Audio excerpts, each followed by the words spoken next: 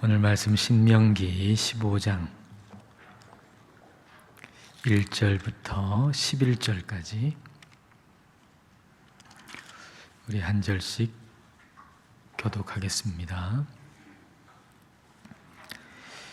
매 7년 끝에는 면제하라.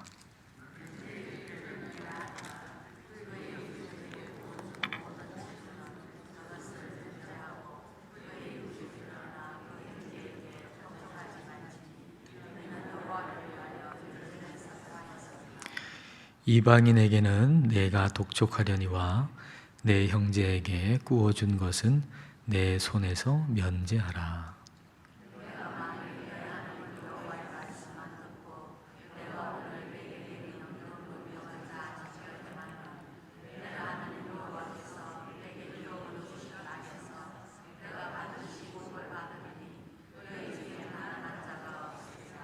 내 하나님 여호와께서 내게 허락하신 대로 내게 복을 주시리니 내가 여러 나라에 꾸어 줄지라도 너는 꾸지 아니하겠고 내가 여러 나라를 통치할지라도 너는 통치를 당하지 아니하리라.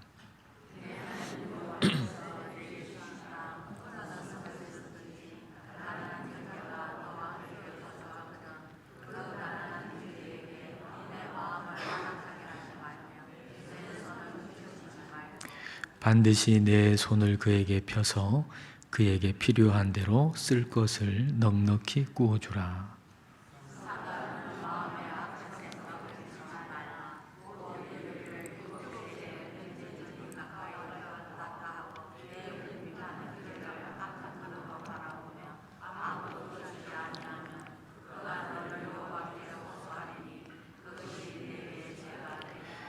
너는 반드시 그에게 줄 것이요 줄 때에는 아끼는 마음을 품지 말 것이니라.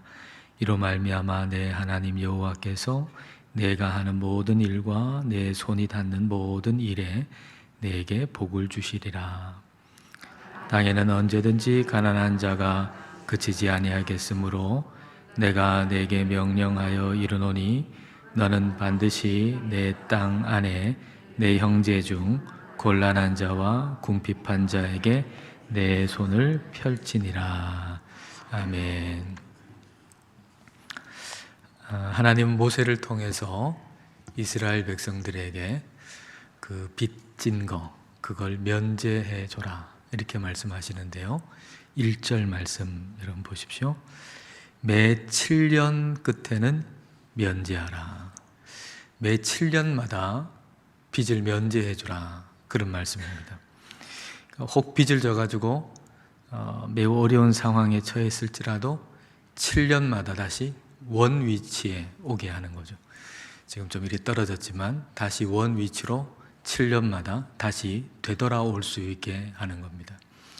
자, 그러면 이제 이 사람을 생각할 때 그냥 이 사람은 가난한 사람이라고 못 박아 놓고 생각하는 거하고 다시 이 사람은 원위치로 돌아올 사람이다 이렇게 생각하는 것은 그 사람을 대할 때 전혀 다르겠죠. 태도가.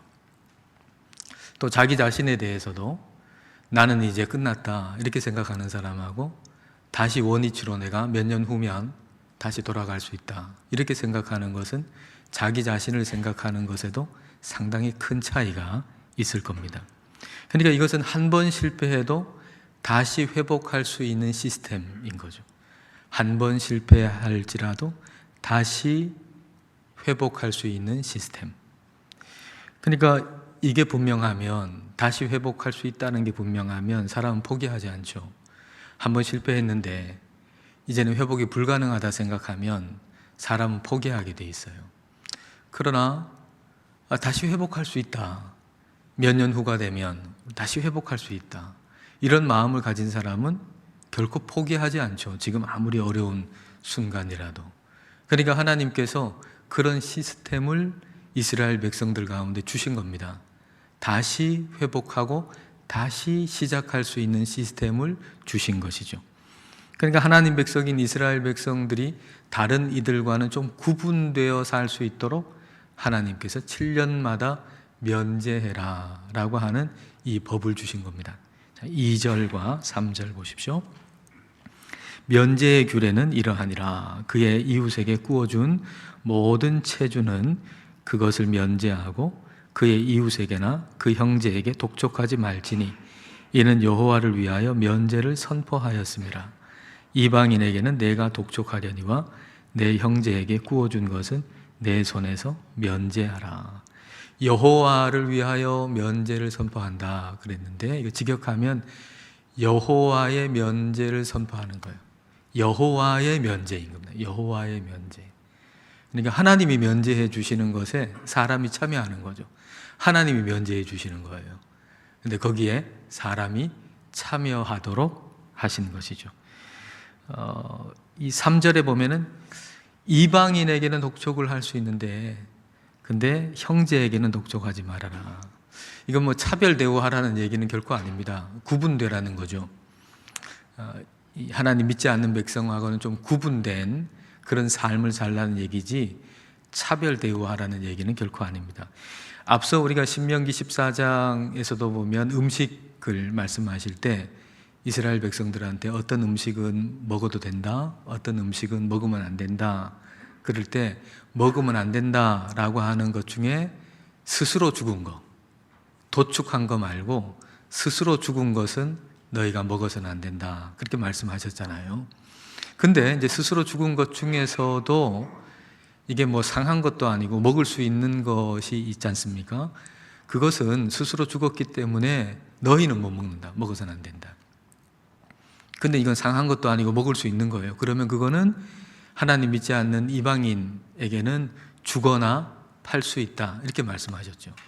그러니까 이거는 뭐 이방인들을 막 차별하라는 얘기가 아니라 구분하는 거죠. 그들의 음식 먹는 걸 존중하면서 그렇게 구분되어야 된다. 너희가 그 말씀하시는 것처럼 오늘 이 본문도 마찬가지로 차별하라는 얘기가 아니고 구분되어져야 된다. 지금 그걸 말씀하고 계신 거죠. 그러니까 경제적인 면에서도 구분되어진 삶을 살아야 된다는 것입니다. 그러니까 돈을 보는 관점도 세상과 좀 그 관점이 달라야 한다라고 하는 거죠. 예전에 스위스의 오래전에 그 전통화폐 지폐를 보면 거기에 하나님의 백성들에게 좀 뭔가 일깨우는, 돈을 생각하는 게 하나님 믿지 않는 사람하고는 좀 달라야 된다는 그런 상징들이 옛날 지폐에는 있었답니다. 그래서 5프랑짜리, 오늘로 치면은 한 7,500원 정도 되는 그런 5프랑짜리 그 지폐에는 주님께서 예비하시리라 그렇게 적혀 있었대요. 그러니까 얼마 되지 않는 돈이지만 나한테 예를 들어 5프랑밖에 없어요. 7,500원밖에 없어요. 그래도 그거 보면 주님께서 예비하시리라 그렇게 생각할 수 있지 않겠어요? 근데 그 다음에 조금 더 큰 돈, 100프랑짜리. 100프랑은 한 15만 원 정도 되거든요. 그래도 꽤 큰 지폐 아닙니까? 15만 원 정도 되는 그 지폐에는 성 마르티노라고 하는 사람의 그 그림이 이렇게 그려져 있었답니다. 근데 이 마르티노라고 하는 사람은 어떤 사람인가 하면 아주 추운 겨울날 아주 이 거린이 지나가는데 자기가 외투가 있잖아요. 그 외투를 반 잘라가지고 그 거린한테 줬대요. 근데 그날 밤에 꿈속에서 예수님께서, 그리스도께서 반쪽 외투를 입고 이렇게 나타나신 거예요. 그래서 이제 주님을 그때부터 더 따르고 그렇게 한 사람인데 그 사람의 이제 그림이 이렇게 있는 거예요. 한 15만 원 정도 되는 그 지폐에. 그러면 이제 어떻겠어요? 그 100프랑짜리 한 15만 원 되는 그 지폐를 이렇게 보면 이 마르티노의 모습을 보면 어떤 생각이 들겠어요? 이 사람 외투 반 나눠가지고 준 사람인데 이거 한 15만 원이니까 반이면 얼마입니까? 7만 5천 원 정도는 이 가난한 사람들 줘야 되는 거 아닌가? 이런 생각 들 수 있잖아요. 그런 메시지가 이제 거기 들어있는 거죠. 근데 이거보다 더 큰 게 있어요. 1000프랑짜리. 얼마입니까? 150만 원. 지폐가 굉장히 큰 액수죠. 150만 원이면. 근데 그 1000프랑짜리 지폐에는 뭐가 그려져 있냐면 죽음의 춤이 그려져 있대요. 죽음의 춤. 그게 상징하는 게 뭐예요? 뭘 알려주죠? 부자도 가난한 사람처럼 이렇게 1000프랑짜리 150만 원짜리 지폐를 가지고 있을 정도로 많은 돈을 가지고 있는 사람도 결국은 가난한 사람처럼 다 죽는다. 죽음의 춤을 거기다 그려놓은 거죠. 그러니까 그거 보고서 야, 이거 많이 가지는 게 이게 대수가 아니고 잘 나누어 주는 삶을 살아야 되겠다, 이런 생각 하지 않겠습니까? 그런 것처럼 옛날 스위스 지폐에 그런 상징들이 있는 것처럼 하나님이 이스라엘 백성들한테 그 돈에 대한 가치관과 생각이 세상과는 좀 다르도록 구분되어야 된다 하는 말씀을 지금 하고 계시는 겁니다. 4절 5절 보십시오. 내가 만일 내 하나님 여호와의 말씀만 듣고 내가 오늘 내게 내리는 그 명령을 다 지켜 행하면 내 하나님 여호와께서 내게 기업으로 주신 땅에서 내가 반드시 복을 받으리니 너희 중에 가난한 자가 없으리라. 너희 중에 가난한 자가 없다라고 하는 건 너희가 하나님 말씀대로 살 때, 그 말씀 준행해서 살 때 마침내 이루어질 공동체의 모습이죠. 마침내 이루어질 공동체의 모습. 그러나 현실은 그렇지 않잖아요. 현실에는 가난한 사람들이 늘 있기 때문에 마침내 하나님 말씀을 따라 순종할 때 이루어질 그 공동체의 모습이 이루어지기 위해서 매 순간 매 순간 애를 쓰고 힘써야 된다라는 말입니다. 11절 말씀 보실까요? 11절을 같이 읽겠습니다. 땅에는 언제든지 가난한 자가 그치지 아니하겠으므로 내가 내게 명령하여 이르노니 너는 반드시 내 땅 안에 내 형제 중 곤란한 자와 궁핍한 자에게 내 손을 펼지니라. 그러니까 나에게 주시는 풍성함이 흘러가게 하라, 그런 얘기입니다. 나에게 주시는 풍성함을 흘러가게 하라. 하나님이 나한테 풍성함을 주시는 이유는 이웃에게 흘러가게 하시기 위한 거죠. 축복의 통로가 되게 하시기 위해서 하나님께서 나에게 주신 것입니다. 6절 말씀, 6절도 같이 읽을까요? 내 하나님 여호와께서 내게 허락하신 대로 내게 복을 주시리니 내가 여러 나라에 구워줄지라도 너는 꾸지 아니하겠고 내가 여러 나라를 통치할지라도 너는 통치를 당하지 아니하리라. 하나님 말씀을 잘 지켜 행하면, 그러니까 7년마다 그 빚진 거 다 면제해주고 뭐 이렇게 가난한 자를 돕는 데 힘쓰면 너희 중에 가난한 자가 없겠고 풍성하겠고 다른 나라에 구워줄지라도 꾸는 일이 없겠고 또 다른 나라를 통치할지라도 통치를 당하는 일이 없을 거다라고 말씀해 주고 계십니다. 그러니까 하나님 백성의 부유함을 얘기하는 거죠. 하나님 백성의 부유함. 근데 이 하나님 백성의 부유함은 어디서 생기나요? 하나님 백성의 부유함은 가난한 자를 착취해서 얻은 부유함이 아니고 하나님의 말씀에 순종해서 얻게 된 부유함인 겁니다. 그리고 순종과 부유함, 순종함으로 부유함을 얻게 됐는데, 그러면 순종과 부유함 이 두 가지를 놓고 볼 때 두 가지 중에 우선순위는 어디 있나요? 순종과 부유함. 순종에 있죠. 순종과 부유함의 우선순위는 항상 순종에 있어요. 그리고 하나님 말씀에 순종하는 사람은 이 부유함에 대한 가치관이 바뀌어요. 순종하면 부유함을 주시는데, 근데 항상 우선순위는 순종이에요. 그리고 말씀에 순종하는 사람은 이 부유함에 대한 가치가 바뀐다라는 것입니다. 부유함에 대해서 세상과 똑같은 가치를 가지고서 우리가 성경을 읽으면 성경을 제대로 읽지 못하는 경우가 참 많이 생길 수밖에 없습니다.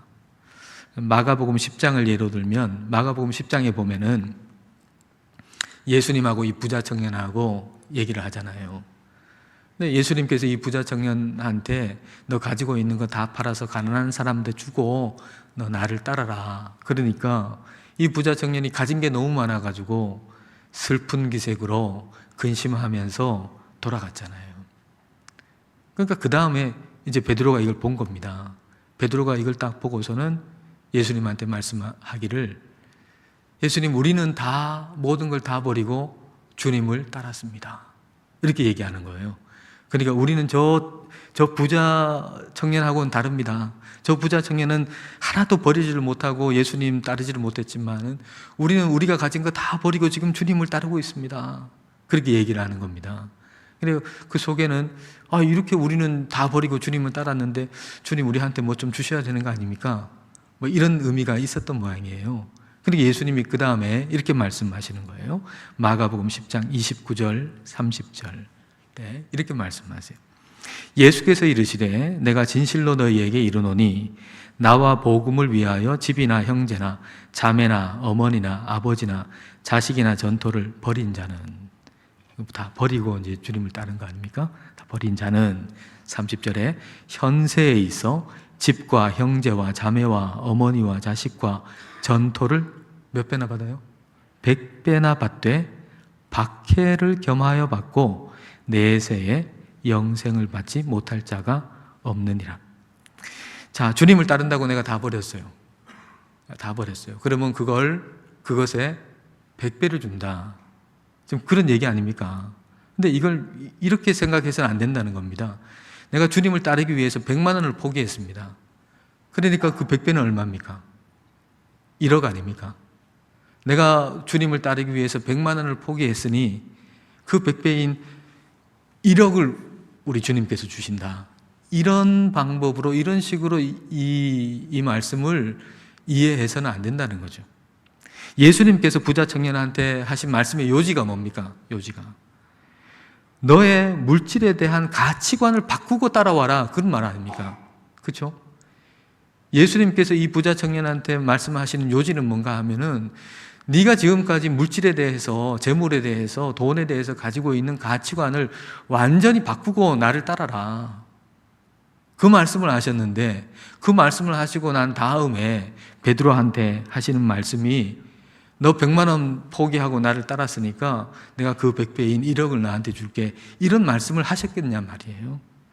그게 그 다음에 박해를 겸하여 받는다라는 말 속에 명확하게 들어있는 거죠. 박해를 겸하여 받는다. 현재 뭐 집이나 형제, 자매, 아버지, 어머니 그거 뭐 전토 다 이렇게 포기하면 그걸 100배를 준다. 그렇게 말씀하시고는 그 다음에 이 박해를 겸하여 받는다라고 말씀하시는 거예요. 두 가지는 배치되는 거 아니에요. 이게 두 가지가 연결될 수가 없잖아요. 배치가 되는 거 아니에요. 근데 이 가치관, 이 박해에 대한 가치관을 바꿔야만 이 말씀이 하나의 맥락이구나 라고 하는 걸 알 수가 있습니다. 그리스도 중심의 가치관. 사도들이 말이죠, 그리스도 중심의 가치관으로 바뀌니까, 성령을 받아서 그리스도 중심의 가치관으로 바뀌니까 그 박해마저도 복으로 여겼잖아요. 그 박해마저도 복으로 여겼어요. 사도행전 5장 41절에 이 사도들이 이런 모습을 합니다. 사도들은 그 이름을 위하여, 예수님 이름을 위하여 능력받는 일에 합당한 자로 여기심을 기뻐하면서 공회 앞을 떠나니라. 베드로를 비롯한 사도들이 예수님으로 인해 가지고 내가 박해를 받고 있어요. 핍박을 받고 있어요. 그런데 내가 예수님 위해서 핍박받을 자격이 있다. 내가 핍박받는 것 그 자체를 복으로 여겼다. 그걸 기뻐했다라는 얘기죠. 이 말은 가치관이 바뀌었다는 거 아닙니까? 가치관이. 만약에 편한 거, 이걸 이제 복으로 여기면 이게 핍박받는 걸 어떻게 복으로 여길 수 있습니까? 그러니까 가치관이 바뀌었다는 거죠. 이 사실을 염두에 두고 다시 이제 마가복음 10장을 여러분 보십시다. 마가복음 10장 29절을 보면은 29절에 밑줄 친 단어하고 30절에 파란색으로 된 단어가 같아요. 아버지가 빠져있지만 똑같은 얘기예요. 근데 단어는 똑같지만 그게 얘기하는 의미가 다르다는 거예요. 의미가 다르다는 거예요. 예수께서 이르시되 내가 진실로 너희에게 이르노니 나와 복음을 위하여 집이나 형제나 자매나 어머니나 아버지나 자식이나 전토를 버린 자는, 그리스도를 따르기 위해서 내가 이걸 포기했어요. 그런 사람은 30절에 현세에 있어 집과 형제와 자매와 어머니와 자식과 전토를, 이게 지금 단어는 위에하고 똑같지만 의미가 달라졌어요. 그걸 100배나 받되 박해를 겸하여 받고 내세에 영생을 받지 못할 자가 없느니라. 버린 거하고 똑같은 걸 100배를 받는다는 얘기가 아닙니다. 버린 그것을 이제는 완전히 새로운 가치관으로, 새로운 관점으로 보게 됐다는 거예요. 박해라고 하는 것도 우리 주님을 따르기 전과 후가 관점이 달라지는 것처럼 여기에 있는 어떤 집이나 형제나 자매나 아버지나 어머니나 전토에 대한 내 가치관이 예수님을 따르기 전과 후에 그 가치관이 완전히 달라지는 거예요. 보는 관점이 달라지는 거죠. 그게 100배의 복이에요, 사실은. 관점이 달라지는 게 그게 100배의 복이에요. 그건 똑같이 있다 할지라도 그걸 보는 눈이 달라지는 게 100배의 복이죠. 말하자면은 성공의 가치관이 달라지는 거죠. 성공의 가치관이. 이전에는 많이 받는 게, 많이 가지는 게 이게 성공이었는데, 이제는 하나님 안에서 함께 나누며 함께 사는 게 그게 성공이고 그게 복임을 알게 되는 거죠. 그럴 때 내가 이전에 알고 있던 협소한 가족의 개념, 내가 가지고 있던 협소한 가족의 개념, 내 아버지, 어머니, 형제, 자매라고 하는 협소한 가족의 개념이 훨씬 넓어지는 거죠. 공동체, 교회 공동체. 그러니까 이 가족의 개념이 훨씬 넓어지고 달라지는 거예요. 그게 100배의 복이죠. 협소한 소유의 개념이 달라지는 거죠. 예전에 가지고 있던 협소한 소유의 개념, 그게 달라져가지고 진짜 나누면서 살아가는 게 진짜 이게 성공이구나. 이게 개념이 달라지는 거죠. 그게 복이라는 거예요. 그게 성공이라는 거예요. 성공의 개념이 달라지는 거죠. 그러니까 100배라고 하는 말 자체를 우리가 똑같은 어떤 가치관을 가지고 보면은 이거 완전히 오해할 수밖에 없는 것이죠. 가치관이 달라지는 것의 100배인 겁니다. 오늘 신명기 본문도 그렇게 읽어야 하는 거죠. 이 하나님 말씀에 순종하면 부요하게 하셔서 구워줄지언정 꾸지 않고 통치할지언정 통치를 받지 않는다라고 하는 것은 내가 순종하면 물질적인 복 엄청나게 얻게 된다는 것으로 생각하지 말고 부유함, 성공에 대한 가치관이 달라지는 것, 이걸 복으로 여겨야 된다는 거죠. 가치관이 달라져야만 하나님 말씀에 순종할 수 있어요. 가치관이 달라지지 않으면 하나님 말씀에 결코 순종할 수가 없어요. 7절 말씀 여러분 보십시오. 7절 같이 한번 읽어볼까요? 내 하나님 여호와께서 내게 주신 땅 어느 성읍에서든지 가난한 형제가 너와 함께 거주하거든 그 가난한 형제에게 내 마음을 완악하게 하지 말며 내 손을 움켜쥐지 말고. 하나님께서 매 7년마다 이제 빚을 면제해줘라 그렇게 말씀하셨잖아요. 그러니까 이제 빌려주는 입장에서 생각을 한번 해보세요. 빌려주는 입장에서 생각해 보면 이제 안식년이 되면은 이제 빚을 탕감해줘야 된단 말입니다. 그거 빚을 탕감해줘야 되니까 아유 이거 못 받을 수도 있으니까 나 이제 안 줘야 되겠다, 안 빌려줘야 되겠다, 그런 마음 가질 수 있잖아요. 인색한 마음 가질 수 있잖아요. 그러니까 하나님께서 주신 말씀으로 가치관이 안 바뀌면 내가 가지고 있는 거 하나님이 나한테 주셨고 이거 나누라고 그렇게 주신 거구나 라고 가치관이 바뀌지 아니하면 하나님 명령하신 거 너 빚 면제해줘라 라고 하는 그 명령 때문에 오히려 하나님께서 뜻하신 거하고 더 멀어질 수 있다는 거예요. 하나님 이렇게 명령하셨네. 그럼 생각해 보니까 내가 하나님 명령대로 하면 나한테 손해가 될 수 있겠구나. 그럼 나 빌려줘. 그러니까 하나님께서 의도하신 방향과는 정반대의 방향으로 갈 수 있다는 겁니다. 그러니까 우리의 가치관이 세상적인 가치관으로 고정되어 있으면 하나님이 아무리 말씀을 하셔도 그 말씀과는 반대 방향으로 가버릴 수 있는 가능성이 우리에게 있다는 얘기죠. 자, 8절과 9절을 여러분 보십시오. 반드시 내 손을 그에게 펴서 그에게 필요한 대로 쓸 것을 넉넉히 구워주라. 삼가 너는 마음에 악한 생각을 품지 말라. 곧 이르기를 7째 해 면제년이 가까이 왔다 하고 내 궁핍한 형제를 악한 눈으로 바라보며 아무것도 주지 아니하면 그가 너를 여호와께 호소하리니 그것이 내게 죄가 되리라. 궁핍한 형제가 도움을 요청했어요. 근데 안식년이 지금 다가오고 있단 말이에요. 면제해 줘야 되는데 손해될 수 있단 말이죠. 그래서 주지 않으면 그 사람이 호소한다. 하나님께 부르짖는다. 너 때문에 하나님께 부르짖는다. 그러면 그게 너한테 죄가 된다. 그런 말씀이죠.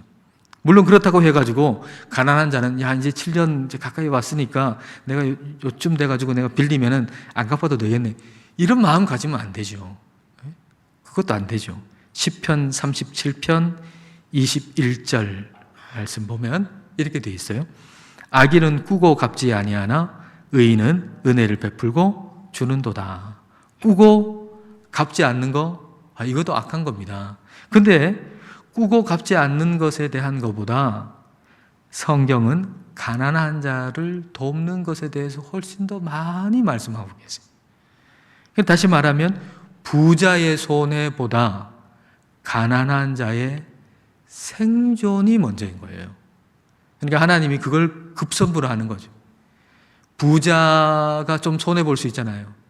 그것도 손해본다는 것도 참 좋지 않은 일이지만 부자의 손해보다는 가난한 자의 생존을 우선시하신다.